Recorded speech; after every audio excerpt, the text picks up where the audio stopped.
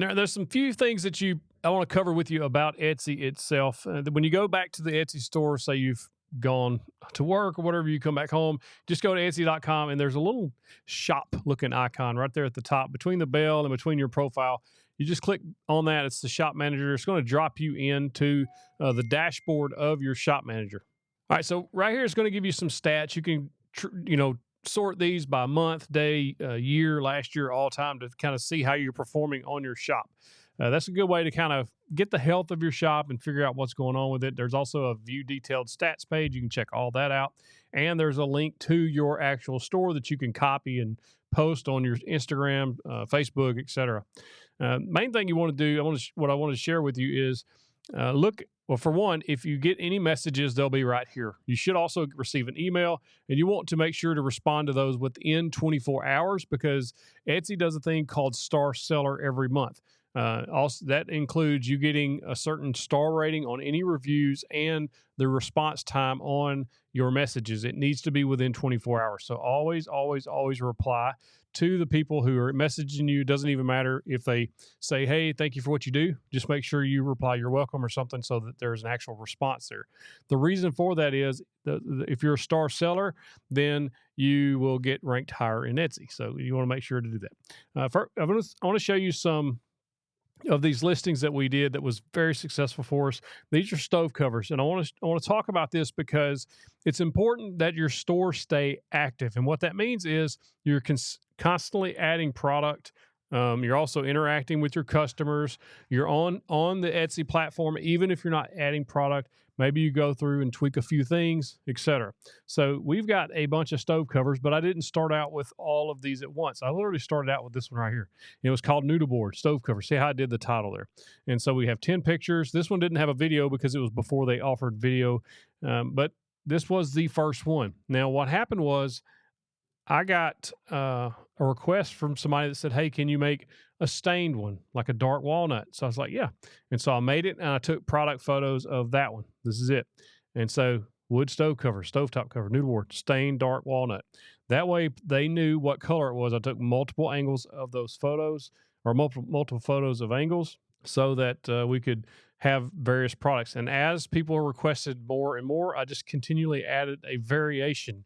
And I didn't like, and I don't like, adding a variation to, say, if you go back to cutting board, if you do a cutting board that's maple and walnut, and then you have a variation that's Padauk and maple, I would make those two different listings. And that is because you'll surface and search more than just the variable, and you're adding another product to your store.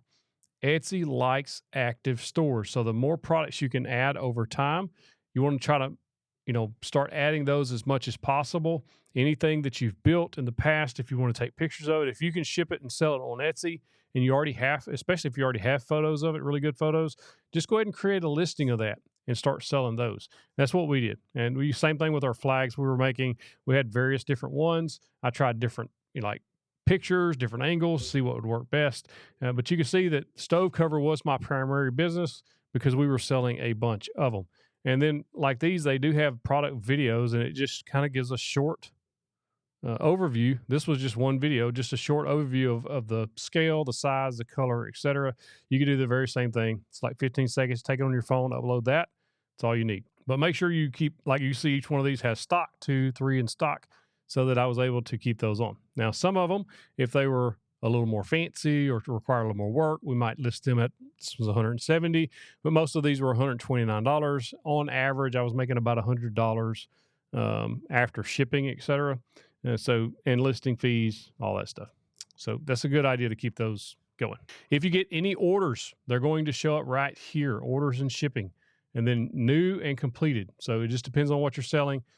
Right now, we're doing mostly digital sales. It's a good passive income for us, but you will see new orders here. You'll be able to get your shipping labels, all that. So it's really easy to do. Star seller status. This is where you can keep an eye on how well you're doing. On-time shipping matters. So you have to ship when you say you're going to ship. Your average star rating right now, you want to average of 4.8 is the target. Mine's at a 4.7. Sometimes you just can't make everybody happy. So sometimes somebody's going to leave a negative response. You want to get a 95% response rate. In other words, you're responding to your customers more often. And those are the three things they're tracking there. the last review period, I didn't get the average rating. I got 1 point under, 4.7, but I did get shipping and I did get response rate, and that gave me my star seller status. There is a stats panel where you can go and look at your stats, see how you're performing over time. So this is yearly. You can see every year the visits go up, up, up because we're continuing on Etsy. Orders go up, up, up because we're continuing on Etsy. Conversion rate's fairly low, but that's pretty common. The more people you can get to click, the more people you can get to buy. So you just keep that in mind as you go. And you can see all kinds of stats here that you can check for yourself once you get going. Growth tips. This is a really good page because you can go into Etsy and they'll tell you where you need to add videos, because some of these don't have videos, and just give you some really good training on Etsy itself from them. So I would highly recommend you check this out. On the Finances tab, you can go in and get monthly statements, your payment account. You can set up payment settings. If you want to do TurboTax or QuickBooks for Etsy, it'll really set all that up for you if you don't want to have to fool with that yourself. It's a good little tab to check out. On marketing, this is where you buy Etsy ads, and I want to talk to you just a minute about Etsy ads. So all you do is go into marketing and then click on Etsy ads, and you can see Etsy ads, and then you can literally scroll down and pick any of your listings, and like that, this one is on. I'm spending $3 a day or $2 a day, 21 listings for $2 a day. And what that does is it really surfaces my product or my listings more than somebody that's not advertising. So I'm paying to be seen on Etsy. And it depends on your budget, but I have found that I get more orders and more eyeballs on product if I spend just a little bit, $2 or $3, $4, $5 a day. When I had stove covers, I was spending $5 a day and I couldn't keep up with the orders. So I backed it down to $3 a day, and it really did help out. It kept orders rolling in. But it depends on the listing and trial and error. And it usually takes about 2 weeks before they start really seeing any orders coming in. So you kind of have to just kind of set it and forget it and just, okay, I'm going to spend $3 a day for the next 2 weeks. I'm okay with that being taken out of my bank account, and we'll see how it goes. That's totally up to you whether you want to run ads. And another thing is Etsy automatically runs ads on your stuff to or Google. So if somebody searches walnut and maple cutting board on Google, if Etsy surfaces your listing on the Google search and they click and buy, they'll automatically take some money out. It was kind of controversial when they did that, but it's one of those things, pay to play in their playground. So you just have to kind of go with the flow there. And there's really nothing you can do about that either. There's some different integrations you can use. This is not something I want to dive too much into right now, but I do want to talk about a couple of products. One's called Marmalead and one's called eRank. Basically, they're tools to help you figure out what keywords to use to figure out how to get the most out of your listings. They do have free options, but there is paid options as well. So this is Marmalead. After you log in, it just literally all you have to do is come in here and search walnut cutting board or whatever your listing that you're looking for is, and it's going to go through and try to figure out what's the best keywords that are performing on Etsy using the data that they collect from a bunch of different places. It's just a good way, and you see upgrade, because they want you to buy their program. But you can go down and look at photos tagged with walnut cutting board and look at their product listings and how those are set up and what really stands out to you. Look at this one. That one stands out because it's high contrast. And so that's one of those things, and it'll take you directly to that listing, and you can check it out and see how well they're selling based on their reviews. Doesn't look like they have many reviews. So, but you can check those out and get some ideas on how to better set up your products. And if you pay for the full version, I don't think it's a whole lot of money, but it'll show you a bunch of different keywords and stuff like that. I did pay for it at one time, but I have since stopped because I'm just doing digital products. eRank is another one that you could use, but it's very similar. They do similar things. So it just depends on which one you prefer. Go check them out, see if you like either one or none. All right, so you can go into the settings here in the little gear tab, settings, and then info and appearance. This is where you want to go before you go live or before you start adding too many listings. You want to go in here, and this is where you can pick your shop name. Right now I've got my current, but you can type in a new shop name if you don't like the one they gave you. And then you can also kind of, what's the title of your store, your logo, Just upload that. Any shop announcements, like if you're going on vacation, etc., you can put those there. A message to buyers, in other words, after they check out, this is a message that'll get sent to them, and then a message for our buyers on for digital products that let them know where their digital products are.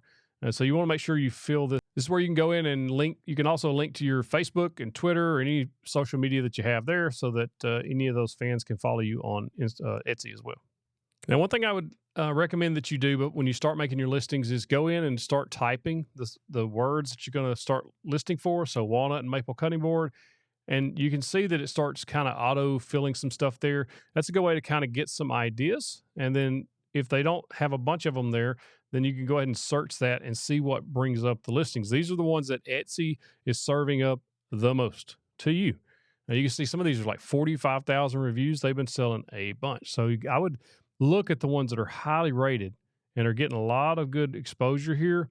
Like even 2,000 reviews, 5-star reviews, that's a really nice photo. I'm going to click that. I want to go into the store and see how their photos are, because you want to kind of do something similar. Success leaves clues, right? So if you go in here and you see that we're getting a lot of good feedback, then you can also read the reviews to see what the feedback is, what they like, what their customers liked about the product, etc., and see why this is such a good option. You can look and see that the price seems kind of low. But when you start adding, of course, different options here, juice grooves and the sizes, it makes the price go up. So you go in and look at these other listings and kind of take notes on what they're doing and put that in place on yours, as well as look at the product photography. This is a good way to kind of set your Etsy store up for success. All right, that's Etsy 101. That was a big one. So if you're interested in the Etsy store, it's a lot of work. It really is. But if you heard my story at all, I've been able to generate quite a bit of income from Etsy. I think it's a great platform. Is it perfect? No, but I think it's almost necessary if you want to sell small shippable items online, because a lot of customers are there. I also think you should have your own website so that you can send people to your website to buy directly from you.